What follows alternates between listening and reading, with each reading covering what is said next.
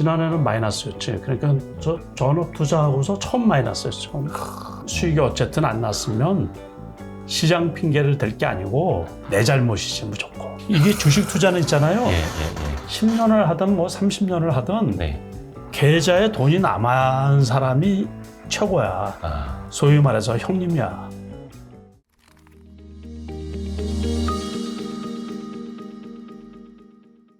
정말 대표님이 전업으로 하신 나이가 그 나이지 뭐 41살. 그러니까 그때 얼마로 시작하셨다고? 1,000만 원 가지고. 그렇죠. 1,000만 원.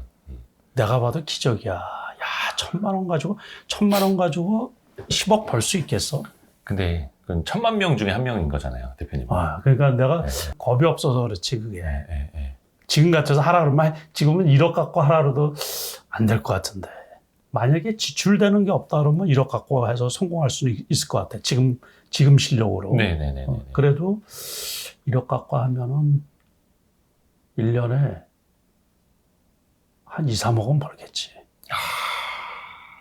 지금 1억으로 해도, 그러니까 지금, 소비 이런 거 빼고. 소비, 그러니까 만약에 그거 가지고 한다 그러면 1억 갖고 하면 한 2, 3억은 벌릴 수 있지 않을까 싶어요. 그러니까 한 2, 300%는 나겠지, 그 정도는. 연간? 그렇지, 그거야. 뭐 그 정도는 나지. 와, 저기 제 거 송금해드리면 됩니까? 제 거 계좌 좀 폐쇄하려고. 그러니까 어떻게 보면은 대표님이 이제 제 나이 즈음에 전업 투자를 시작을 하셨었고 1,000만 원으로 굉장히 공격적으로. 물론 이제 리스크가 크죠. 리스크가 큰데 작은 돈으로 큰 돈을 만들 때는 죽기 살기를 공격적으로 안 할 수가 없어. 그러니까 그 당시만 해도 미수가 가능했거든요. 그래서 요즘처럼 이제 미수가 되면 한 달간 그 미수 사용을 못 하잖아요. 신용이 안 되거든요. 이제 전체 계좌가 동결되다시피 하는데 자기 돈으로만 이제 매매가 되지. 그 당시는 이제 그런 제도가 없었으니까 신용이 되는 종목은 이제 신용으로 하고 그렇지 않으면 미수를 쓰죠. 미수. 그러면 예를 들어서 1,000만 원 가지고 2,500만 원까지 보통 이렇게 매매를 했었거든요. 그런데 그때도 요즘처럼 급락하는 경우가 많이 있었어요. 그때는 이제 3시까지 그 단일가가 이제 3시까지 이렇게 종료가 됐지, 장이. 요즘에는 3시 30분 아니에요?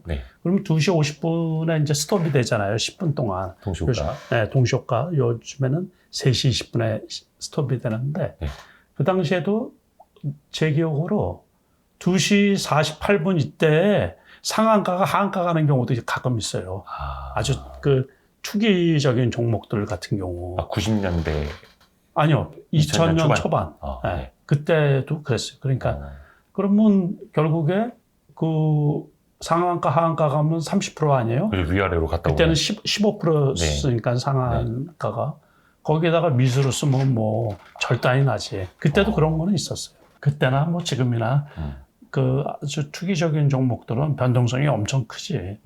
그러니까 그래도 이제 지금 그때 또 참 어려웠죠. 한 1, 2년 되게 고생을 많이 했는데 어쨌든 지나고 나서 보면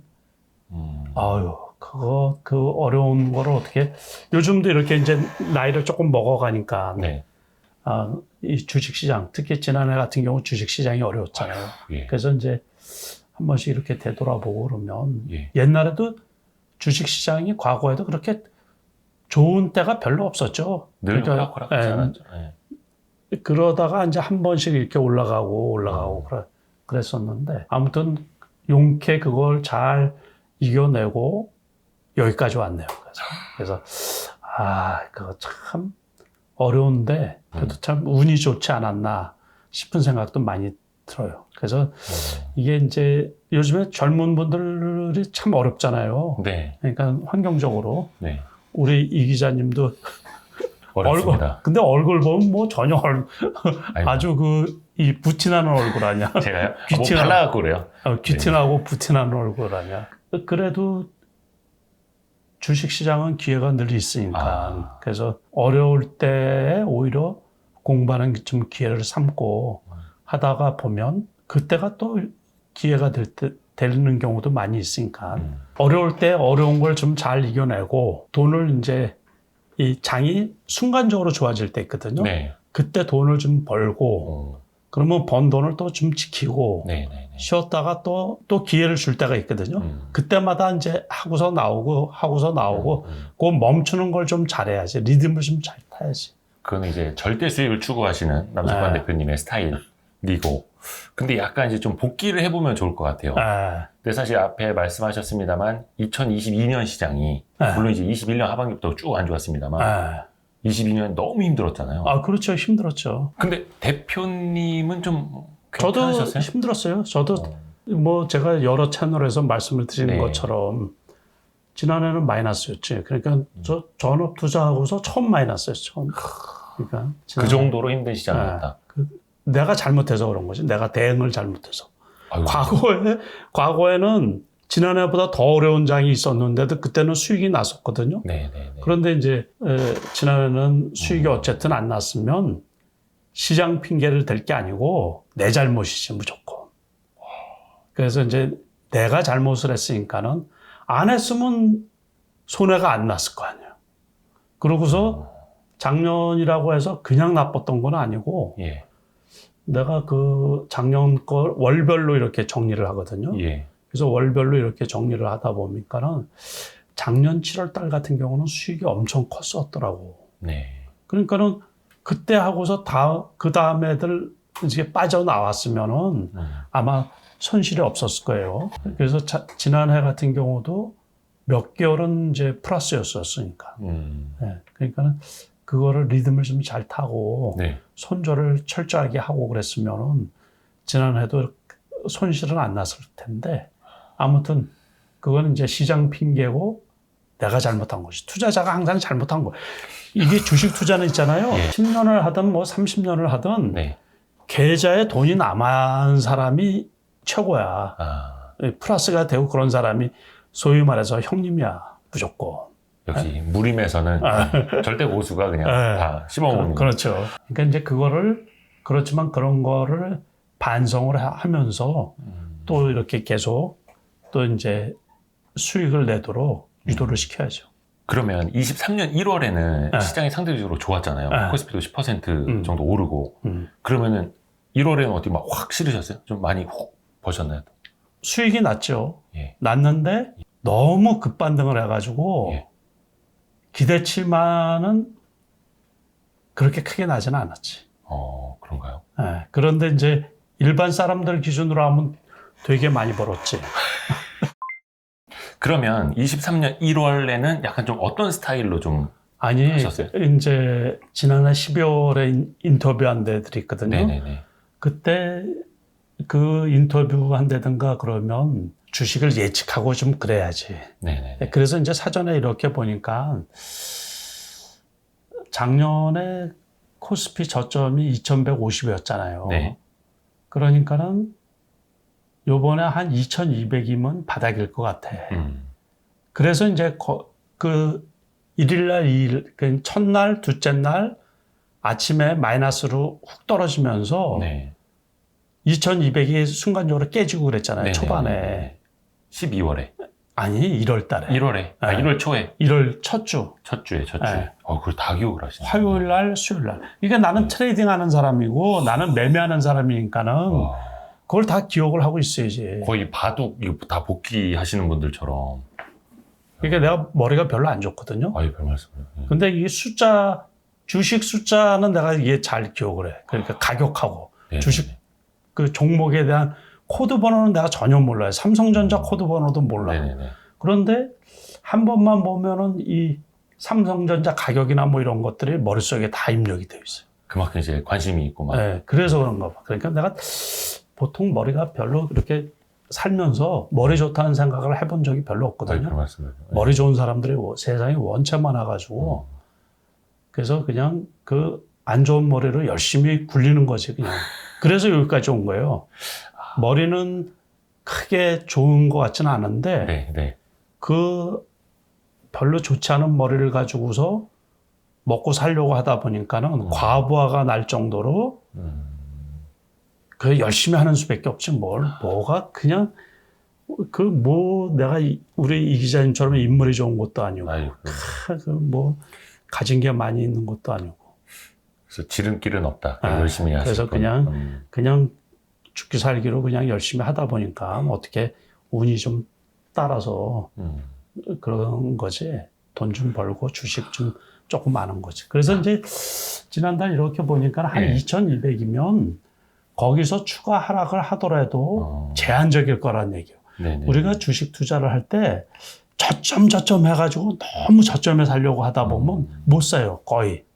그래서 그냥 웬만큼 저점이라고 생각이 들면 그냥 사는 거야, 그냥. 네네네. 그래서 이제 근데 그때도 리스크가 있으니까 많이 못 산 거지. 네. 그때 이제 가격이 그 삼성 SDI 같은 경우 제가 60만 원에 샀거든요. 60만 원인데 장 초반에 58만 원대까지 떨어졌지. 네. 근데 그거는 눈 깜빡할 새라 그때 뭐 제대로 못 보고 60만 원에 사고 네. 이제 그거는 이제 맞춰놓은 것들 그래서 거기에서 조금 많이 사고 이제 기아차 같은 경우도 원래 그게 6만 원일 때 있잖아요. 네. 그러니까 그 작년에 배당락 되고서 네. 떨어졌을 때 장중에는 6만 원도 깨지고 그랬지만은 네. 제가 그때 또 저기 일본에 연말에 가느라고 네. 잘 못 봤지. 근데 작년에 아주 지긋지긋했어요. 내가 거기서 우리 마지막 거래일 날 이렇게 보는데 마지막 거래일 날도 폭락이더라고.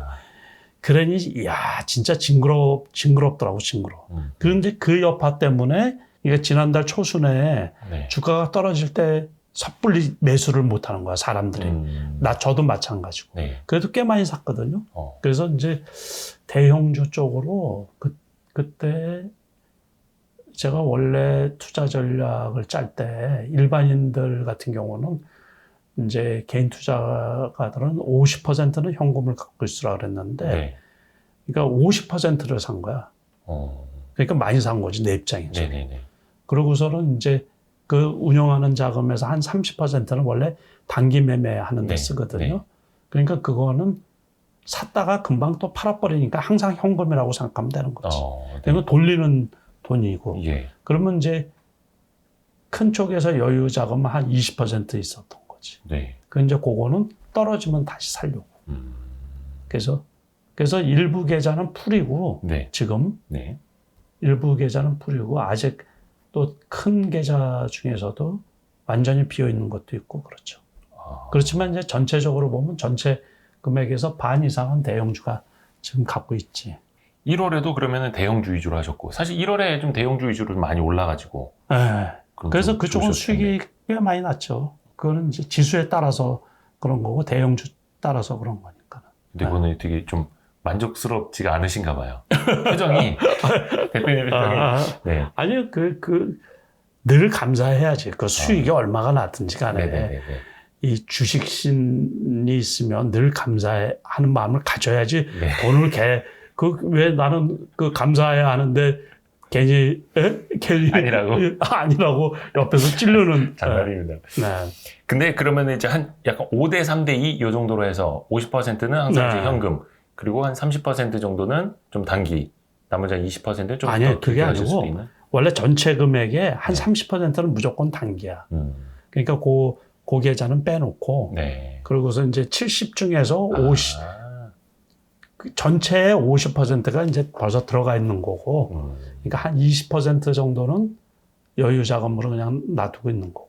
제가 이제 와이스트리트 대표님 같이 촬영한 걸 따져보니까 작년 6월에 제가 여기 와서 대표님 때 라이브 하면서 막 그래요? 생일 케이크 때 해드렸었고, 그 전 출연이 22년 1월이셨대요. 기억도 잘하시네. 저는 기억을 못해서 찾아봤습니다. 아니, 근데 그때 항상 해주셨던 말씀이 연말 연초에는 계절 아예 리셋하신다고. 그렇죠.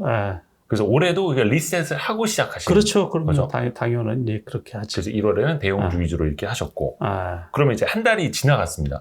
근데 약간 2월의 시작이 쉽지가 않네요. 2월은. 그래도 이제 지난주 1, 2, 3일 날은 코스피 기준으로 다 플러스지. 네. 그리고 좋았는데. 오늘 월요일 아니에요. 저희가 2월 6일 월요일에 찍고 있습니다. 오늘은 이제 급락을 했지, 급락. 예. 급락을 했는데 좋은 거예요. 그러니까 좋아. 그래요? 그러니까 이게 주식이 오버슈팅을 항상 겁이 나거든. 네네네. 먹을 게 없잖아, 이제.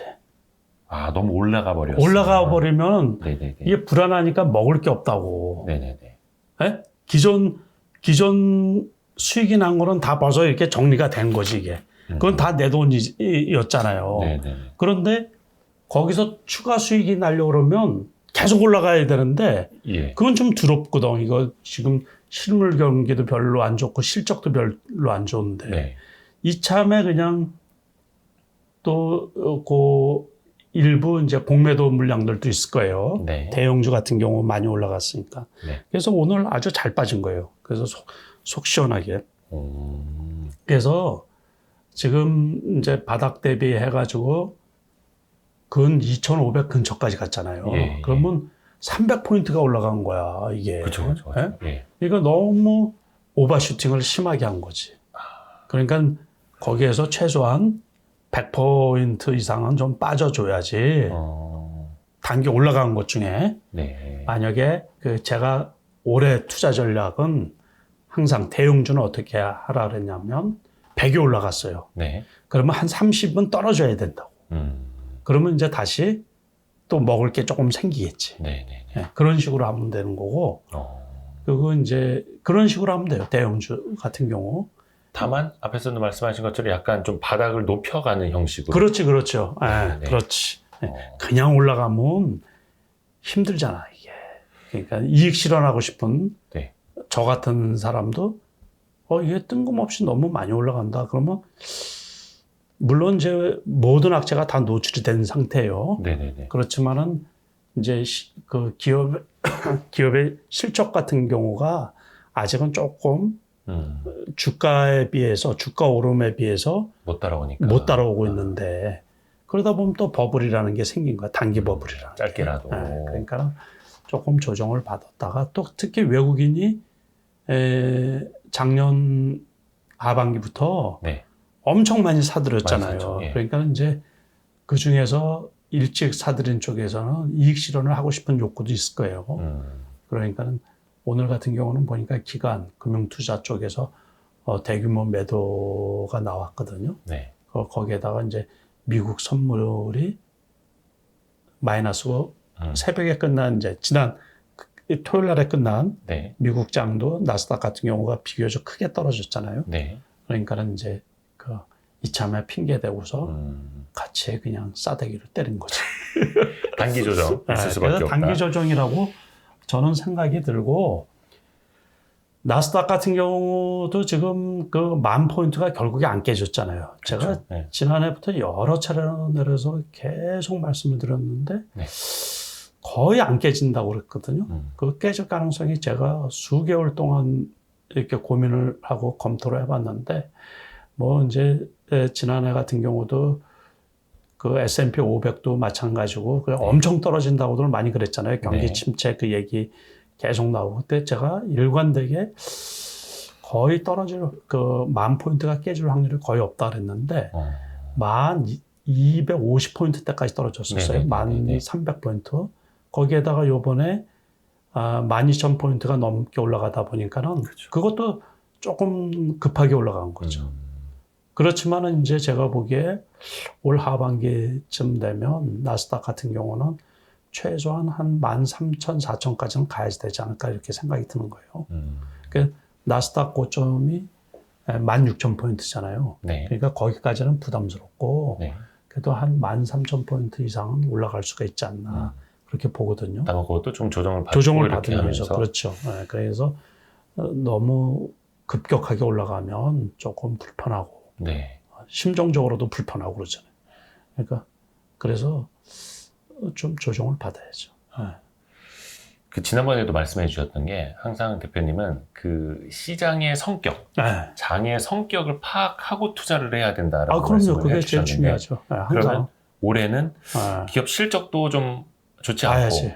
네. 그렇죠. 실물 경기 회복되는 것도 좀 시간이 걸릴 네. 거고 네. 근데 사람들이 기대하는 금리 인하는 저 어딘가에 있을지 모르겠지만 보이지는 않고 약간 그러면 애매한 건가요? 그러니까 올해 23년 시장의 성격은 좀 어떻게 보세요? 그러니까는 이제 시장이라는 거는 항상 그렇잖아요.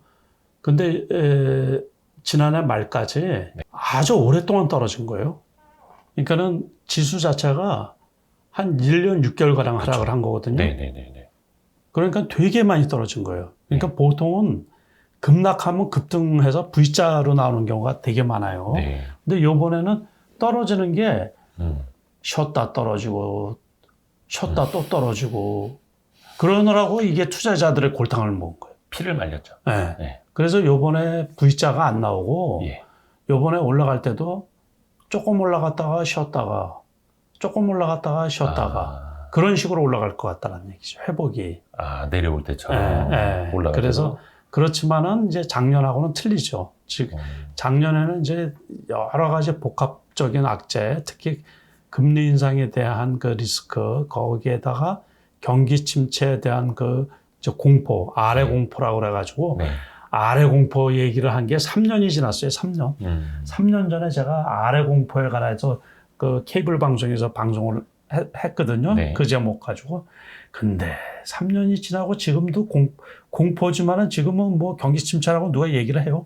경기 둔화라고 그러지.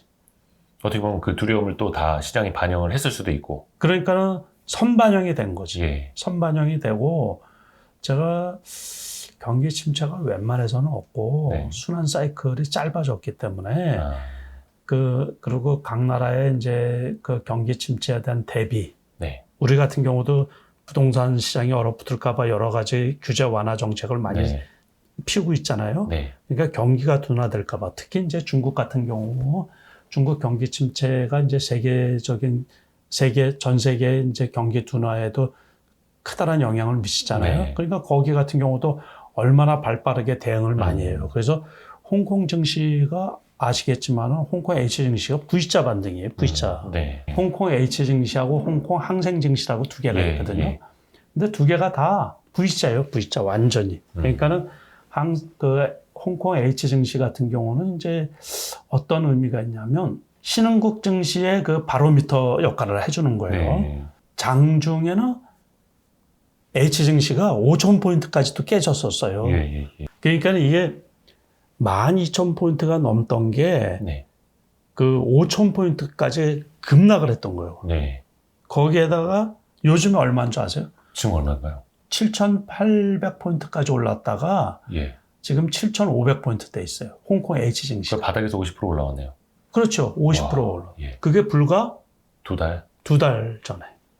그러니까는 왜 가만히 기억을 하시면 기자 출신이시니까 잘 아실 거예요. 그러니까는 시진핑 3년임 하면서 차이나 런 해가지고 중국 홍콩 증시가 급락을 했었잖아요. 외국 자본이 많이 빠져나갔다 하면서. 빠져나갔잖아요.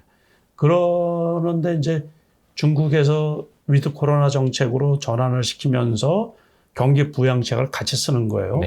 그러다 보니까 중국 증시, 홍콩 증시가 V자로 완전 V자예요. 그러니까는 그 단기적으로 50% 올라간 지수가 50% 올라간 데가 어디 있어요? 거의 그 진짜 대박이죠. 그래서 그 홍콩 H 증시를 보면 이게 V자예요. 그러니까 그게 이제 작년 10월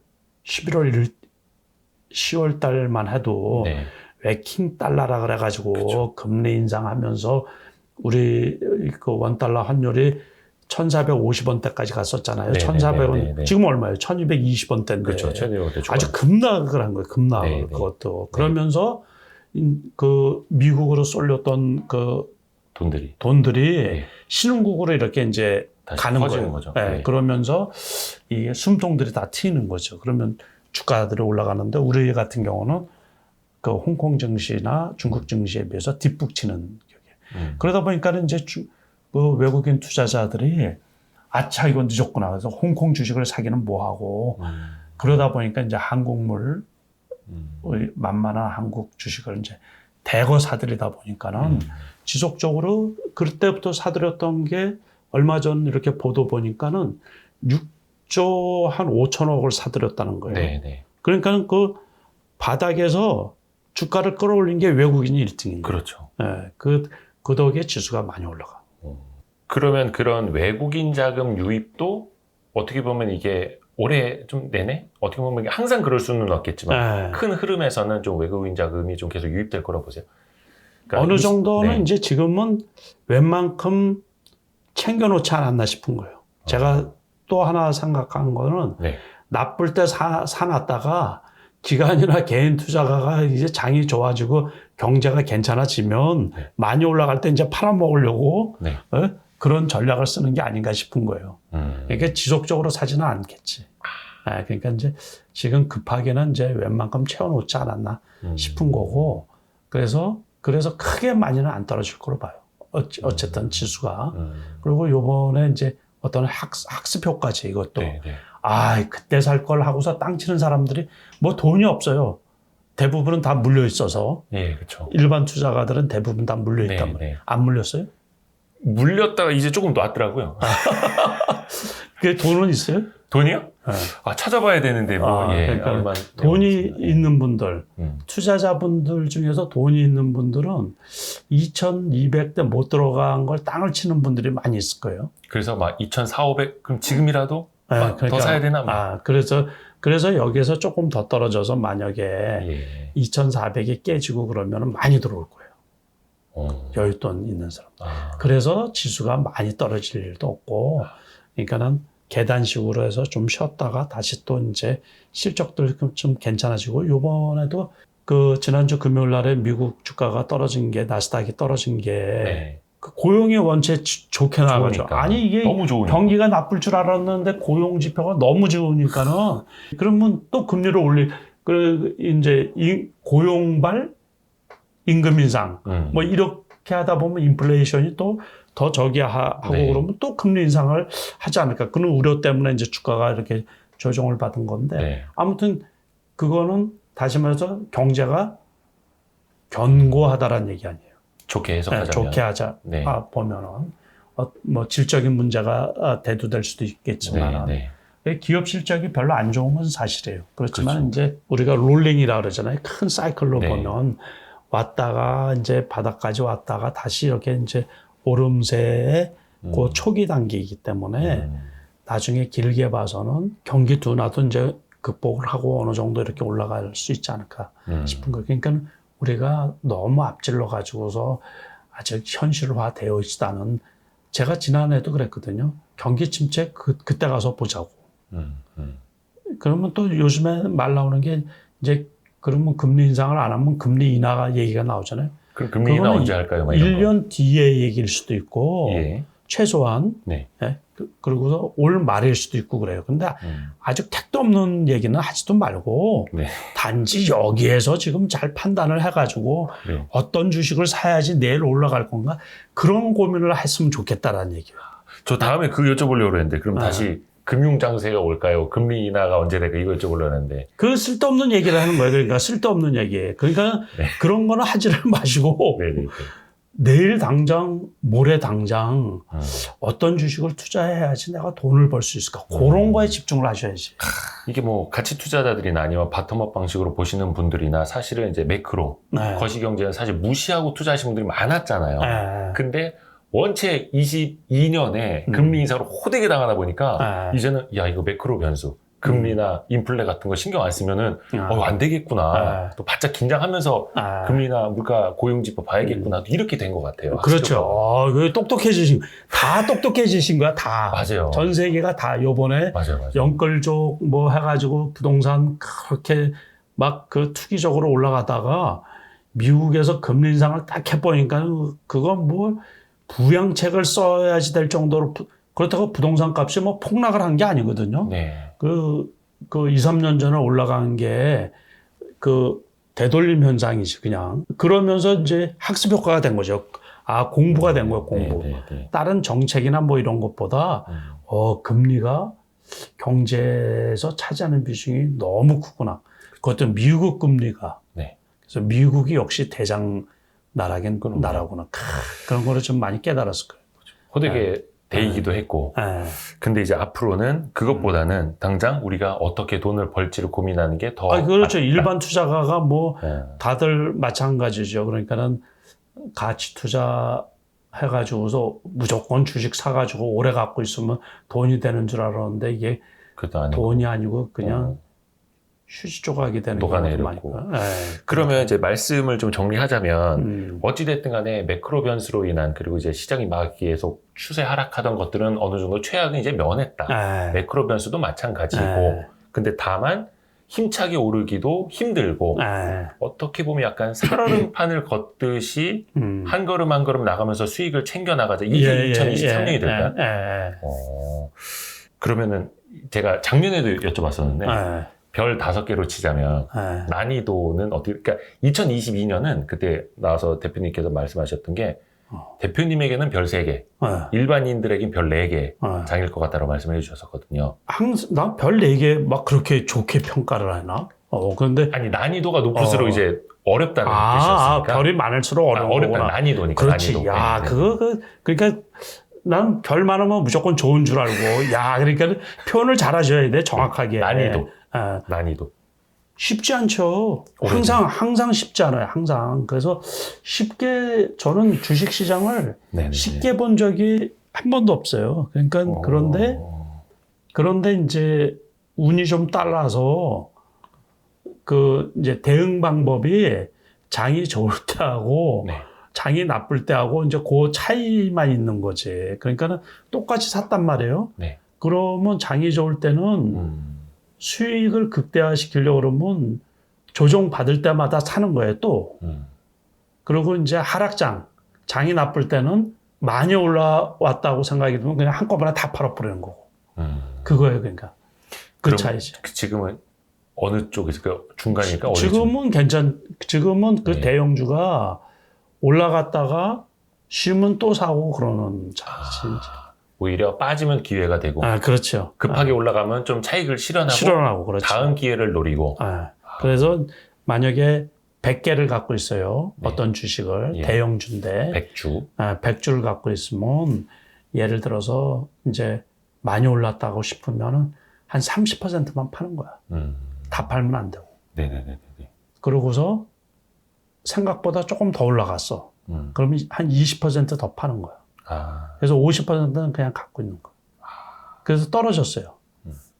그런데 자기가 생각한 가격만큼 왔으면 그 판 것 중에서 30%를 또 사는 거야. 막 이렇게 비중 조절하면서. 그러고서 생각한 것보다 조금 더 떨어졌어. 그러면 20%를 또 사는 거야. 그런 식으로. 그러면 항상 100이지. 항상 100개 갖고 있는 거지. 대형주는 그런 식으로. 그런 식으로 해서 차익 실현하고 또 다음 기회에 비중 더 싣고. 그래서 어떻게 보면 같은 금액으로 따지면 주식수가 늘어나 있을 수도 있겠네요.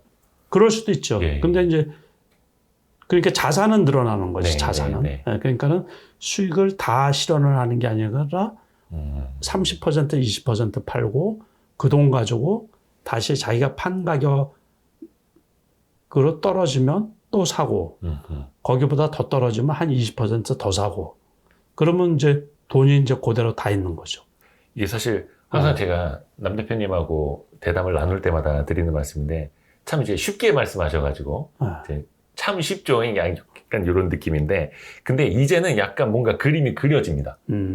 장세의 성격을 이렇게 파악을 하고 계시고 그 흐름에 맞춰서 어떻게 우리가 움직여야 되는지를 이제 계획을 세워놓으면 약간 되겠구나라는 생각은 듭니다. 왜냐면 이제 20년, 21년처럼 뭐 시장이 뭐 미친 듯이 올라가는 시장도 아닐 거고, 그렇죠. 22년처럼 계속 떨어지기만 하는 시장도 아닌 것 같고, 근데 다만, 어떻게 보면 뜨겁지도 않고 차갑지도 않은데, 그 사이에서 우리가 어떻게 행동하느냐에 따라서 괜찮을 장이라는 얘기야. 그때만 1월 달에 좋았잖아요. 그러면 2월 달에 좀 쉬었다가 또 좋아질 수 있지. 그 텀이 있지.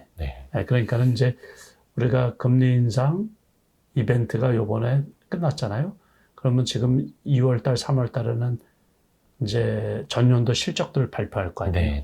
어닝 시즌. 거기에 따라 가지고서 이제 떨어지는 주식도 있고 또 올라가는 주식도 있고 이게 이제 가려진답니다. 그러면 1분기 실적 발표할 때까지 또 조용할 수가 있어요. 그러니까 이제 4월 달에 2023년 1분기 실적이 나오면서 4분기 실적에서 나빴던 기업이 1분기 실적에서 조금 좋아지면 이제 이게 턴을 할 수가 있는 거지. 이제. 그러니까 기업 전체 실적이 만약에 4분기 실적보다 1분기 실적이 나아지면 이제 경기가 조금 괜찮아질 수가 있구나. 그렇게 생각을 하는 거지.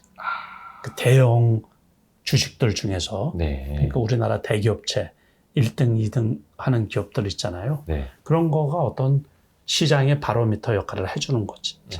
네. 그러면 그렇게 그때는 보시는 거예요. 한 번 더 뭐 저점이 더 높아질 수도 있는 거고요. 저점이 당연히 높아지지. 네.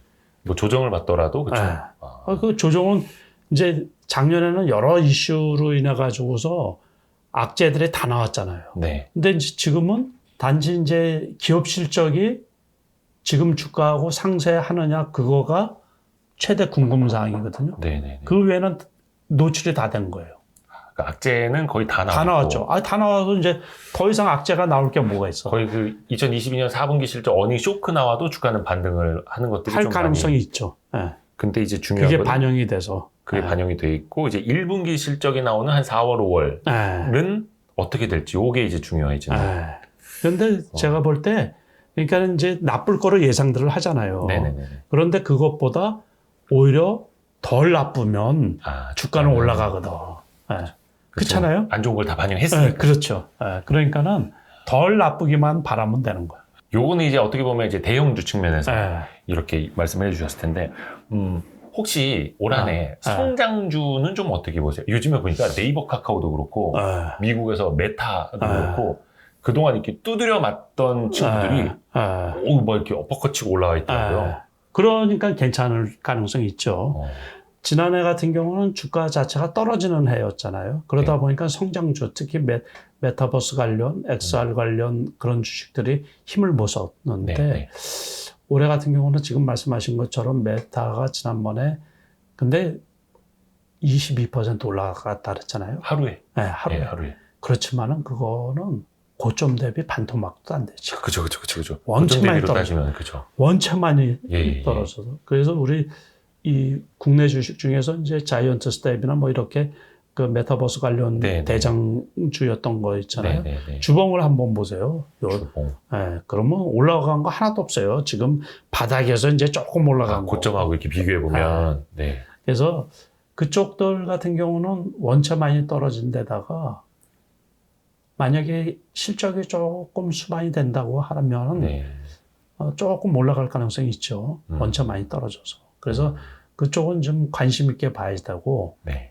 그러고서 어쨌든 그 애플도 그 헤드셋 얘기가 벌써 몇 년 전부터 나왔던 거거든요. 그러게요. 근데 아직 출시가 안 되고 그랬죠. 뭐 그러니까 2023년 말이냐, 24년 초냐, 뭐 그렇더라고요. 그래서 원래는 지난해 말 같은 경우, 지난해 초만 해도 지난해 말에 이제 출시가 될 거다 그 얘기까지 나왔는데 요즘에 뭐 경기 둔화 얘기도 있고 그래가지고서 이제 없어지다가 바로 얼마 전에 이제 삼성 우리나라 굴식 기업들이 그 구글하고 연합해가지고서 삼각동맹으로 해가지고 그 헤드셋 그 XR에 이제 진출한다 뭐 이런 얘기가 나오고 그러면서 같이 그 메타의 실적 하고 같이 맞물려서 급등세를 지난주 금요일날 같은 경우 일부 종목에서 이게 나오고 그랬는데 그런 거는 이제 어떻게 보면 올해 내내 많이 올라가는 것들 말고 이제 이렇게 많이 올라갔다가 주저앉는 종목들 뭐 이런 것들 중에서 실질적으로 매출하고 연결이 되는 기업들 그런 것들을 좀 관심 있게 봐야 되지 않을까 싶어요. 올해 내내 좀 관심 보내더라. 그것도 그렇고 연초에 이제 반짝이고 올라갔던 게 레인보우 로보틱스 뉴스로도 나왔잖아요. 로봇. 그래서 그 로봇 관련주들 또 특히 챗 GPT. 그러면서 인공지능 관련주들. 인공지능 관련주들. 챗봇 관련주들 뭐 해가지고서도 엄청 올라갔다가. 그게 너무 급하게 올라가다 보니까 이제 체한 거예요, 이게. 그래서, 지금 요즘에 떨어지고 있죠, 떨어지고. 근데 그런 것들도, 다시 또 이제 한번 많이 좀 이렇게 조정을 웬만큼 받으면. 가능성이 있다고 보고 있거든요. 다시요? 그렇죠. 이제 그 중에서. 그것도 어쨌든 산업이 앞으로 가면서 이제 이게 성장할 수 있는 이 산업 섹터잖아요. 그게 앞으로 시장이 뭐 2030년 정도가 되면 전 세계 시장에 600조 시장 뭐 그런 얘기가 나오고 그러니까 500조 시장 뭐 그렇게 나오고 그러니까는 앞으로는 계속 그쪽 산업이 그쪽이란 말이에요. 그러니까 그런 것도 주식은 무조건 이제 이슈로 많이 올라가요. 이슈로. 그렇죠. 초반에. 초반에 이슈로 올라가다가 거기도 덩달아서 이렇게 다 가는 게 아니고 이제는 선별해가지고 옥석 가리기를 하죠. 이제 이렇게 떨어진 다음에 네. 다시 올라갈 때는 그러니까는 그쪽도 관심 있게 봐야죠. 계속해서. 이게 참 어려운 것 같아요. 대표적으로 이제 챗 GPT가 최근에 그 2023년 1월 들어서 엄청나게 뿜었는데 네. 말씀하신 것처럼 초기에 이슈가 될 때 확 오르고 네. 근데 조정을 받을 때 또 하루에 막 20%씩 무섭게 떨어지고 네. 근데 그 이후에 어디가 더 실체가 있는지를 봐야 하는데 사실상 이게 시가총액 늘어난 것만큼 막 실적이 늘어나기에는 아직까지 굉장히 먼 미래 그렇죠. 같고 근데 모든 테마주가 항상 그러는 거예요. 그렇죠. 그러니까 바이오 우리 같은 경우 이렇게 주식시장을 보면 네. 바이오 테마주 그러면 그냥 바이오주 관련주들이 다 올라가잖아요. 네네. 그러다가 나중에 보면 별별 없이 예. 예를 들어서 2, 3년 전에 코로나 치료제, 코로나 결국에는 우리나라에서 의미 있는 치료제나 백신조차도 제대로 된 게 없거든요. 예. 그런데 그 당시는 뭐 그 이 회사 저 회사 할 것 없이 코로나 치료제, 백신 해가지고서 주가만 막 그냥 급등을 하고 엄청 한다 많이 치면 그냥 다 올라가고 그랬죠. 그런데 그거하고 똑같아요. 그리고 2차 전지도 배터리도 마찬가지고 배터리 원래 처음 전기차 얘기 나왔을 때 한 5년 전, 6, 7년 네, 전에 네. 엄청 관련주들 많이 올라갔거든요. 2017년인가 18년인가 엄청 많이 올랐었죠. 그러다가 모든 테마가 마찬가지예요. 그러니까 그 로봇, 챗 GPT 관련 주식도 마찬가지고 지금 이제 요즘에 나오는 그 이제 토큰형 증권, 토큰형 증권, 증권형 토큰, 증권형 토큰, 네. STO 관련 그 주식들도 역시 마찬가지예요. 그러니까는 초기에 이제 대응을 하고 주가는 아무튼 무조건 올라가면 뭐가 발생한다고요? 리스크. 리스크.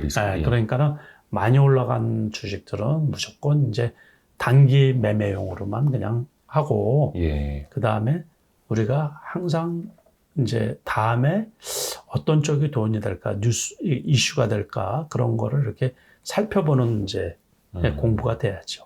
약간 이제 많은 분들이 땅을 치시는 것 중에 하나가, 나도 저 종목 샀었는데, 그렇죠. 난 좋다고 15% 먹고 나왔는데, 2배, 3배 가네? 그럴 수도 있죠. 그러면서 이제 땅을 치잖아요. 근데 어떻게 보면 저기 바닥에서 사서 그냥 3배, 4배 먹는 사람은 거의 없지 않습니까? 정말 손이 바뀌니까 올라가는 거고. 거의 없죠.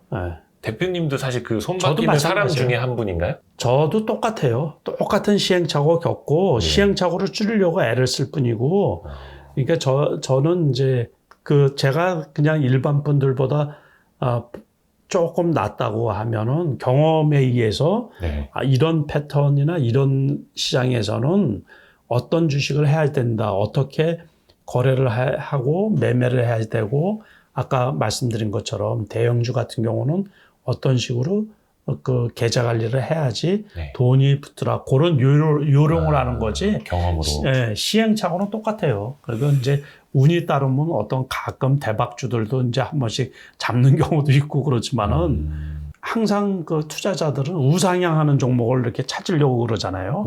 그러니까 이제 그런 것들이 만약에 지금장 같은 데에서도 초기에 우상향하는 종목을 많이 찾으려고 그러죠.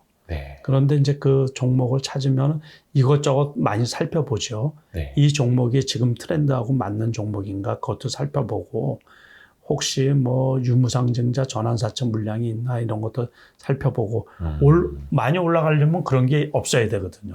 그러니까 이제 그런 거 저런 거 나름 오래 경험을 했기 때문에, 그리고 수익도 많이 내보고 그랬으니까는 이제 그런 거 걸러서 찾아내기가 실질적으로는 어렵죠. 그러니까 그 테마주 내에서도. 그래서 테마주가 아니고 일반 주식들 중에서도. 그러니까 누군가가 의도적으로 주가를 끌어올리지 않는 한 그렇게 지속적으로 가는 주식 찾기가 되게 어렵거든요. 누가 그런 주식을 알려주는 건 아니잖아요. 그죠? 그렇죠. 그런 걸 알려준다 그러면 그거는 소위 말해서 작전주라고 할 수가 있죠. 어떤 세력이 들어와서 인위적으로 주가를 끌어올리려고 이제 하는 경우가 그런 거고, 그런 거는 이제 저한테도 연락도 안 오고 그러기 때문에 그래서 우리들은 투자자들은 그냥 건전하게 차트 보고서 계속 찾는 거예요. 좋은 회사하고 실적이 계속 좋아질 수 있는 회사. 그러니까 흔히 말하는 가치 투자라는 게 다른 뭐 어떤 특정한 사람들의 전유물이 되는 건 아니고 네네네. 투자자들은 항상 그렇게 우상향하는 종목, 올해도 우상향하는 종목이 어떤 게 있을까 항상 찾으려고 그러는 거예요. 실전 매매로 들어갔을 때 사람들이 또 많이 헷갈려 하는 게 아까 이제 대형주 같은 경우에는 올해는 뭐 실적도 그렇고 유동성도 그렇고 약간은 좀 급등하면은 조금씩 차익을 실현하고 비중 조절하면서 가자 말씀해 주셨는데 이런 테마주 같은 경우에는 하늘 높은 줄 모르고 쭉 가버리고 내가 팔았을 때 더 날아가 버리고 이래가지고 그러면은 어떤 거는 수익을 길게 끌고 가야 할 것이 어떤 거고 잘라가면서 가는 건 또 어떤 거고 그러니까 이제 그거는 일반적으로 그 이슈의 지속성, 산업의 지속성, 예. 그 섹터의 지속성 그런 거를 살펴보는 거죠. 그러니까 대세 상승기라 할 때는 오래 가는 거 아니에요, 그렇죠?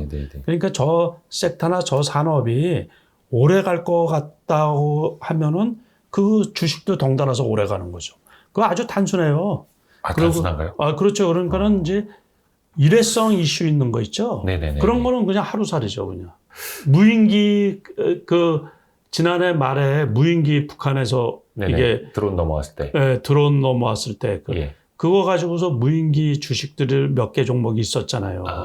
그런 거는 그때 이제 계속 연속적으로 뉴스가 나오면서 그때 코콤, 제이션 시스템 뭐 이런 것들이 급등을 했었잖아요. 드론 관련. 그 다음에 너무 급등을 한 거예요. 그게 오버슈팅을 해가지고. 그렇다고 기업 실적이 벼랑간 뭐 배가 좋아지겠어요? 아니면 떼돈을 벌겠어요? 그 기업들이. 그죠? 그런데 주가는 배가 올라가고 막 그랬거든요. 그러니까 그런 주식은 계속 떨어지는 거죠. 계속. 그러니까 너무 급하게 올라가. 그래서 그런 거 보통은 이제 우리가 그 코로나 때는 코로나가 요번에 우리가 그 마스크가 자율화되고 벗은 지가 3년 걸렸어요. 3년. 그러다 보니까 코로나 테마는 돌고 돌아서 계속해서 갔단 말이에요. 처음에 마스크주, 뭐 폐렴 관련해가지고 기침약 관련 회사, 그다음에 진단 키트 관련 치료제 뭐 하면서 여러 이슈로 돌고서 계속 그게 너무 길었기 때문에. 그런데 일반적으로는 이슈에 의해서 주가가 움직이면 웬만해서 2주면 끝이 나요. 2주. 보편적으로. 그래서 이제 대장급인 주식이 떨어지면 여타 주식들이 다 떨어지죠. 요번도 레인보우 로보틱스가 좀 쉬면 단기적으로 너무 많이 올라갔잖아요. 3만 원에서 9만 원 정도까지. 시가총액이 1조 6천억 뭐 이렇게 갔던데요. 300%, 3배 정도 올라갔으니까 그 올라갈 때는 뭐 여러 사유에 의해서 제가 여러 말씀을 드렸지만 정부의 그 지원 반응 효과 뭐 이런 것들도 있거든요. 그래서 그 뉴스가 나온 날에 42,000원에서 36,000원까지 또 떨어졌다가 42,000원에 끝이 났다가 나중에 뉴스에서 접한 쪽에서 그 다음 날에도 상한가도 못 갔는데 그 다음 날도 급등을 했고 5만 원 넘었다가 5만 원 한번 떨어진 거죠. 그 다음에 이제 늦게 접한 외국인 세력들이 이제 들어오기 시작을 해요. 그래가지고 그게 8만 원을 넘겨가지고 그건 9만 원 정도까지 갔다가 지금 이제 조정 중인 거예요. 이제 조금 한참 쉬어야죠. 한참 쉬어야죠. 제가 보기에는 이제 한참 쉬어야 되지 않을까 싶어요. 근데 다만 그 이슈의 지속성 그리고 산업의 성장 이게 대세적으로 이 산업이 성장하는 건지를 먼저 큰 틀에서 보고 봐야지. 작게는 그리고 이 이슈가 시장 전체도 폭락장이 폭락장일 때는 그거 다 먹혀버리지 그거. 근데 그게 아니라 얼추 나쁘지 않은 시장에서는 그렇죠. 그 이어질 수도 있고. 그게 아주 필수적인 거죠. 그래서 이것도 진짜 대세 상승이냐 산업의 성장이냐 일단은 큰 틀에서 같이 봐야 돼. 그럼 그 틀에서 보면 언젠간 메타버스 시절도 올 거고 로봇도 머지않아 가까이에 있고 챗 GPT도 현실로 다가오고 있고 그럼 요거는 뭐 이렇게 좀 주가는 등락이 있더라도 길게 가는 거라고 보시죠? 그 길게 가죠. 길게 가는데 이제 옥석 가리기를 한다는 얘기죠. 예. 전기차 얘기 나온 지가 얼마나 됐어요? 10년 됐어요. 10년. 예. 그런데 지금 이제 전기차 시대가 되는 거야. 이제 그렇죠. 이제는 다 현실이 됐죠. 내연기관차는 아예 만들지도 않겠다고 그러죠. 이제 한 10년 지나고 나면. 벌써 신차 점유율이 한 10% 가까이 됐어요. 그렇다고 해서 다 2차 전지 관련 기업들이 다 올라가는 게 아니거든요. 그러니까는 초기에 투자를 했다가 그것도 우리 기업 역량으로 지금은 나중에 이제 그 주가 띄우기인지 먹고 살 게 없으니까는 기업들이 전부 다 2차 전지에 이렇게 팔을 걸려고 그런단 말이에요. 다 걸쳐놓으려고. 그런데 그게 그 후발 업체들이 이 선발 업체들이 다 차지하고 있는데 특정한 어떤 기술이 2차 전지도 여러 가지 있잖아요. 얼마나 많은 그 소요되는 기술이 필요해요. 그러니까 전해질 분리막, 음극재, 양극재 이렇게 크게 나누지만은 그 안에도 화재 방지용 무슨 어떤 기술 해가지고 조그만 기술들이 엄청 많이 있잖아요. 네. 그런 데는 이제 끼어들 수가 있겠죠. 끼어들 수가. 네. 그런데 메인 같은 데는 새로 끼어들기가 이제 쉽지는 않을 것 같고, 거기도 또 이제 지금은 전 세계가 다 2차 전지에 이렇게 뛰어들다 보니까는 거기도 경쟁이 엄청 치열하거든요. 그러니까는 모든 섹터나 모든 산업이라는 게 하루아침에 하늘에서 뚝 떨어진 산업은 없잖아요. 네. 그러니까는 이제 그쪽에서 종사하던 그 기업들 중에서 아주 특출난 기술을 갖고 있는 특허를 갖고 있는 기업들이 있을 거 아니에요. 네. 근데 그게 그 산업이 커지는데 아주 핵심적인 기술이란 말이에요. 그러면 그 기업도 폭발적으로 성장할 수가 있겠죠. 이제 그게. 그런 기업들을 이제 찾아야 되는데 그게 쉽지 않죠. 일반인 투자자들이. 쫓아다니고서 그 기업들을 일일이 뒤질 수도 없는 거고. 그러니까 우리는 이제 많이 투자를 이렇게 하다 보면 경험상 네. 어쨌든 돈이 많이 몰리고 거래량이 많이 몰리고 주가가 급등했던 기업들은 뭔가가 있어서 그렇다는 얘기죠. 그러면 그게 이렇게 이제 올라갔다가 떨어졌을 때 잘 눈여겨보고 있다가 네. 그래서 이제 그런 거를 그때 사가지고 수익을 내고서 또 팔고 그래서 이제 저희 같은 경우는 꼭 이거다라고 해가지고 죽으나 사나 이 종목 이렇게 해서 갖고 있는 게 아니고 네. 계속 그 움직임 있잖아요. 예. 시장 돌아가는 거. 거기에서 이제 찾아내는 거지. 수익을 내고서 그걸 유지시키려고. 새로운 종목이 또 뭐가 있나 하고. 그래서 그건 약간 기본적으로는 기업별로 좀 스터디가 되어 있는 상태에서 해야 또 유리할 테고요. 그 연말부터 그 막 순환매가 엄청 났지 않았습니까? 23년 들어서도 마찬가지고. 순환매도 아니에요. 그러니까 어떻게 보면 이제 종목 장세, 테마 장세. 그것도 없어. 그것도 몇 개가 있었는데. 아니 그 반도체가 오를 때는 또 반도체가 그래도 급반등을 좀 해주고. 근데 이게 이 질문을 드리는 이유가 시장에 주도주가 없던 지가 이게 되게 오래되지 않았습니까? 그렇죠. 예. 그래서 오히려 더 이런 테마 장세, 종목 장세가 더 계속 이어지는 거 아닐까. 그러면 과연 시장에 23년에 주도주가 나올까? 이제 거기에서 어폐가 있는 거예요. 예. 주도주라는 게 뭐예요? 주도주. 시장을 이끌어가는. 그렇지. 네. 그래서 우리가 장의 성격을 이렇게 잘 알으라고 그렇게 말씀을 드렸잖아요. 그래서 원래는 올해 같은 경우는 신고점을 뚫고 올라가는 장세요? 아니죠. 그거 아니죠. 네. 우리가 코스피 고점이 얼마예요? 3,300 정도 됐죠. 3,300 됐죠. 네. 올해 3,300까지 갈겠어요? 갔으면 좋겠습니다만 못 갈 것 같죠. 저도 못 갈 것 같아요. 그러면은 이런 장세를 뭐라 그래요? 회복되는 장세라 그래요. 회복. 그럴 때는 주도주가 나와요, 안 나와요? 안 나오는 거예요. 그래서 주도주라는 말을 쓰면 안 되는 거예요. 그냥 어떤 섹터가 작년보다는 좋아질 것 같아서 유망하다. 그렇게 표현을 하는 게 맞아요.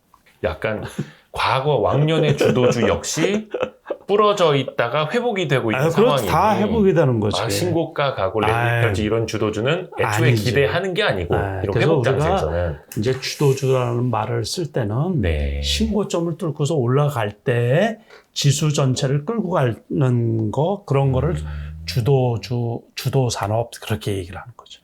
그게 이제 2007년도에 2008년도 베이징 올림픽이 있었잖아요. 네. 그때 2007년도에 우리가 처음으로 2000포인트라는 거를 만들었잖아요. 네. 그때 1400, 1300에서 2000포인트 갈 때 처음으로 이제 2000포인트 가는 거 아니에요? 네. 그러니까 신고가니까는 그때는 주도주라는 게 주도 산업이라는 게 있죠.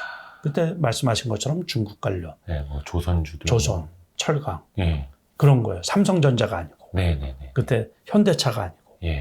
그러고서는 이제 그 다음에 2008년도 금융위기 다음에는 또 주도주라 그래요? 안 그래요. 그 다음 해에 2009년도 지수가 얼마까지 올라갔는지 모르시죠? 얼추 다 회복이 됐었죠, 얼추 회복이 됐어요. 그러니까 1년 뒤에 우리가 이제 2008년도 12월 달쯤에 900포인트까지 떨어졌거든요. 그리고 2009년도 12월 달쯤에 1700포인트 정도까지. 1700. 그럴 때 우리가 요번에 주도주가 뭐야? 그런 말을 절대로 안 썼어요. 회복이었으니까. 회복되는 거지. 이제 그때는 이제 대형주가 골고루 다 올라갔었어요. 그러니까 그렇게 표현을 해야지 정확한 표현이요. 그러면 이제 지수가 멈춰져 있을 때 있죠. 그럴 때는 그냥 개별주장이 되는 거예요, 항상. 그때 이슈에 의해서. 그래서 요번 같은 경우도 반도체주가 삼성전자가 조금 올라왔을 뿐이지 반도체주가 쭉 뻗어서 그 반도체 그 개별주들 있잖아요. 중소형 반도체주가 그렇다고 치고 올라간 거는 없어요. 그냥 삼성전자하고 SK 하이닉스가 좀 올라왔을 뿐이지. 그리고 그렇게 전장산업에 큰 주식이 올라가니까 작은 주식들이 조금씩은 올라갔죠. 조금씩. 그렇다고 해서 20%, 30% 올라간 주식은 없어요. 거의 대부분. 그러니까 주식을 세밀하게 잘 안 보셔서 그런 거죠. 이게 방송하시느라고. 아니, 근데 항상 그거잖아요. 예를 들어서, 진짜 다음번 주도주가 나오면 이걸 내가 놓치지 않으리라. 왜냐면 주도주에 잘 올라타면은 어떻게 보면 이제 쉽게 가지 않습니까?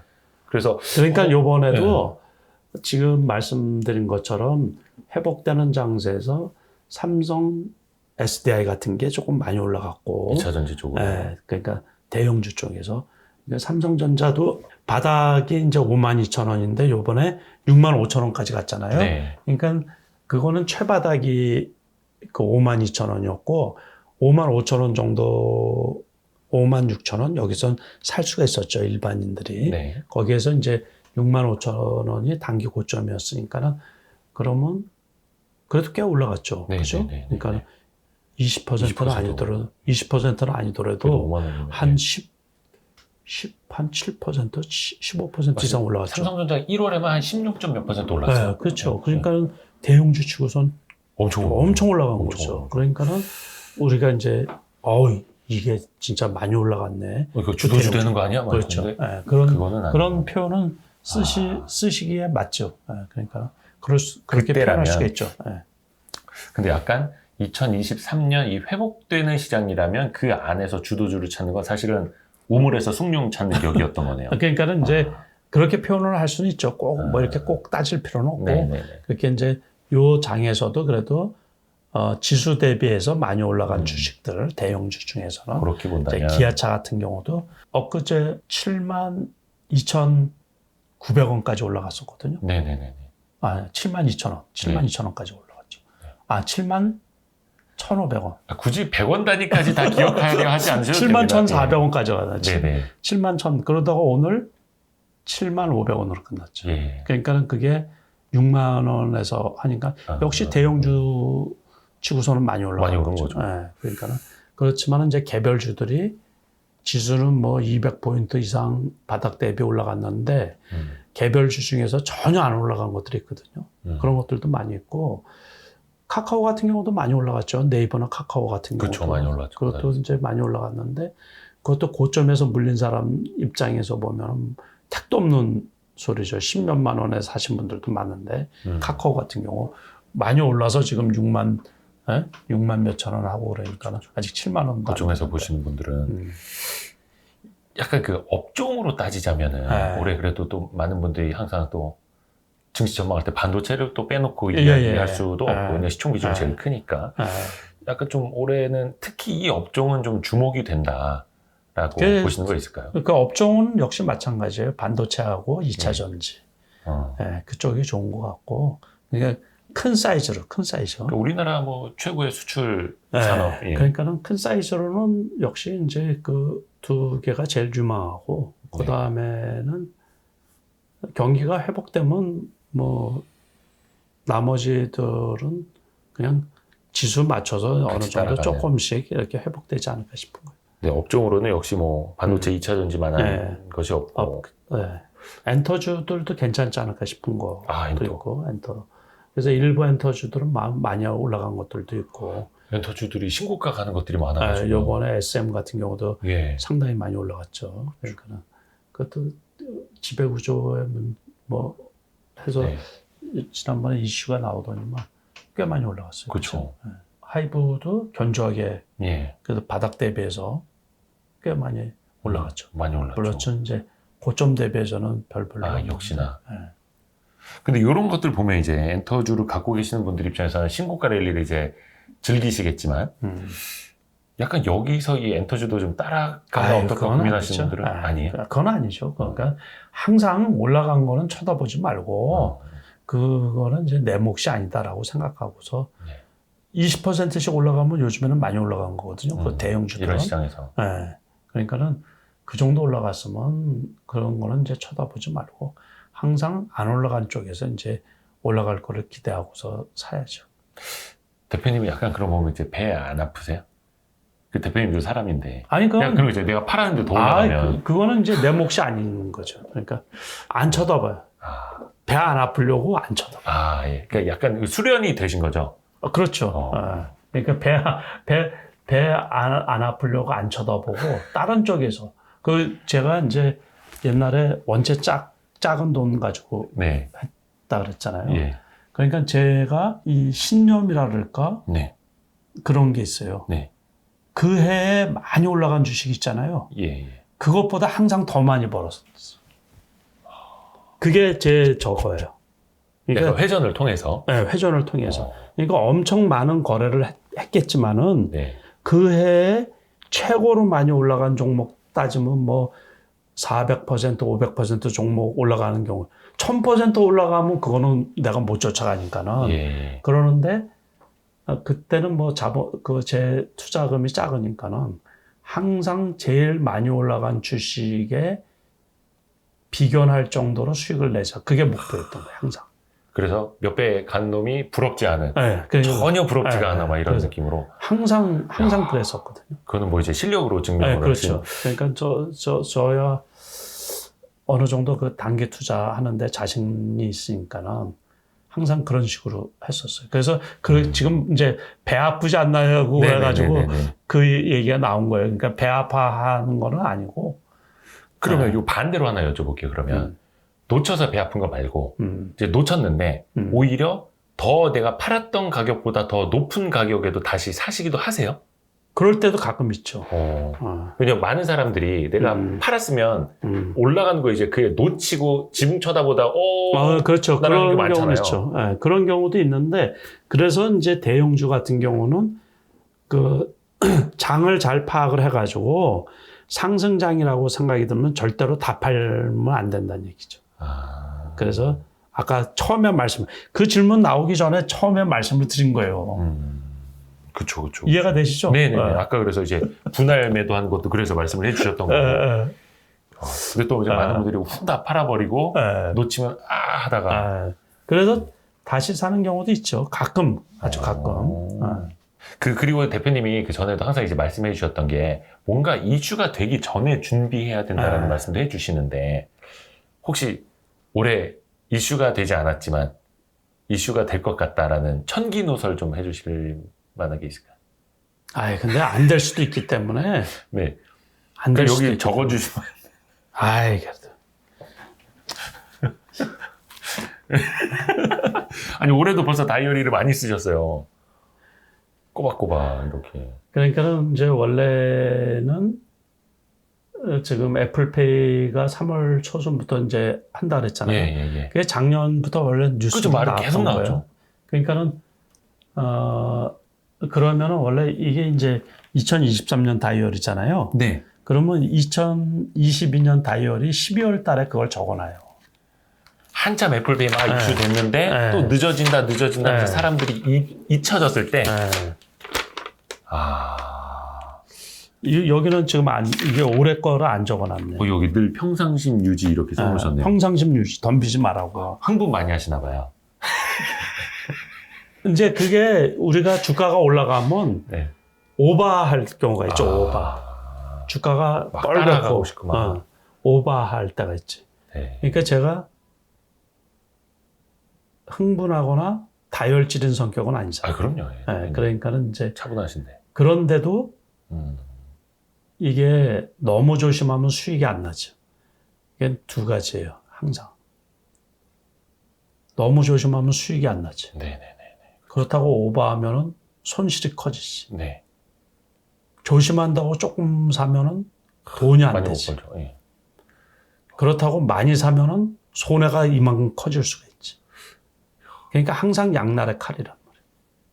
그래서 느낌이 그 말씀하시는데 네. 고수가 칼을 빼서 날아가는 파리에 두 날개만 자른다라는 약간. 그래서 되게 어려워요. 되게 어려워. 그러니까는 말씀을 늘 고민하는 게 그거예요. 그래서 많이 사면은 많이 사야지 돈을 좀 벌 수가 있잖아요. 네네. 근데 많이 사면 역시 내가 사면 떨어진다고 우리 사람들이 그러잖아요. 내가 팔면 올라가고. 네. 그래서 내가 사서 저걸 떨어뜨려야지 그럴 때도 있어요. 대표님도 역시 우리랑 그러니까 너무 많이 올라가서 배 아픈 주식들 있잖아. 네네네. 아까 말씀하신 것처럼. 네. 그럼 저거를 내가 신용으로 콱 사가지고 저걸 콱 떨어뜨려야지. 그건 농담이고. 네. 근데 저도 똑같아요. 그러니까 이제 평생 이제 이렇게 주식 하면서 고민이죠, 늘. 그래서 어떻게 하면 효율적으로 수익을 낼 수 있나 늘 고민하는 거예요. 그런데 항상 이 두려움도 있고, 네. 이제 공포도 있고, 그러면서 그거를 또 이제 말씀하신 것처럼 흥분될 때도 있죠. 예. 그럴 때 이제 그거를 제어하려고 많이 애를 쓰죠. 그러니까 저도 사람이기 때문에, 그러니까는 근데 늘 잘못하는 거예요. 어떻게 보면. 늘 잘못하기 때문에 늘 반성해서 이렇게 쓰는 거예요. 반성해서. 근데 이제 방금 아까 이제 애플페이 이야기하다가 잠깐 끊겼는데 그것도 그러면은 사람들 관심을 막 받다가 약간 잊혀졌을 때 하지만 그렇죠. 이거는 된다. 그럴 때 미리 준비를 하고 계시는. 그래야죠. 근데 요번에는 1월 달에 조금 아쉬웠던 건 있어요. 그래서 네네. 제가 원래 애플페이 관련주들도 미리 사는 것들도 있고 그러는데 저도 원체 바쁜 일들이 많아가지고 그래서 하루만은 못 봐도 요즘에 주가가 원체 빠르잖아요. 그쵸, 그러니까 하루 이틀 못 보고 외부 행사 있고 이런 것도 그래서 안 하려고 그러는 거거든요. 이런 거 하면 저녁에 이게 산만해지잖아요. 하루 다 정리하시고 내일을 준비하시고 하셔야 되는데 그래서 이제 다른 채널을 안 하신답니다. 저 와이스트리머 하신다고. 김작가 채널 너무 자주 나가셔가지고요. 참, 예. 마지막으로 저희 개인 투자자들 이제 2023년 어떻게 보면 이제 시작 아닙니까? 예. 좀 마지막 당부의 말씀 한 말씀 그러니까 해주시면. 올해는 지난해보다는 좀 쉬울 거예요. 그래서 그렇지만 이제 쉬운 장은 아니기 때문에 주식 시장은 늘 쉬운 장이 아니기 때문에 개인 투자자들이 할 수 있는 게 한계가 있어요. 그러니까는 그냥 제가 늘상 말씀드리지만 공부하는 수밖에 없어요. 공부하는 수밖에. 그래서 다음에 이슈가 될 게 뭔가 특히 이제 개인 투자자분들이 금액이 작잖아요. 투자 금액이. 그럴 때는 오래 갖고 가서 자기 생활에 있으신 분들은 조금 롱텀으로 갖고 가서 수익이 날 주식들을 이렇게 좀 찾도록 애를 써야 되는 거고 조금 빨리 이렇게 회전해서 수익을 내고 싶으신 분들은 단기 이슈 될 게, 다음 이슈가 될 게 어떤 건가, 그런 거에 조금 관심을 좀 많이 기울이시는 게 최고이지 않을까 싶은 거예요. 그리고 무조건 바닥 대비 많이 올라간 주식은 리스크가 따르니까는 그런 거를 추격 매수하거나 이러시는 경우는 거의 금물이거든요. 그러니까 수익 내기가 쉽지는 않아요. 그렇지만 이제 열심히 하시다 보면 그래도 지난해보다는 좋은 장이 전개되지 않을까 이렇게 생각을 하거든요. 그래서 좋은 큰 수익들 내시고 성공 투자하시기를 바랍니다. 아유, 고맙습니다. 고맙습니다. 아유, 남석환 대표님 고맙습니다. 오늘도 긴 시간 고맙습니다.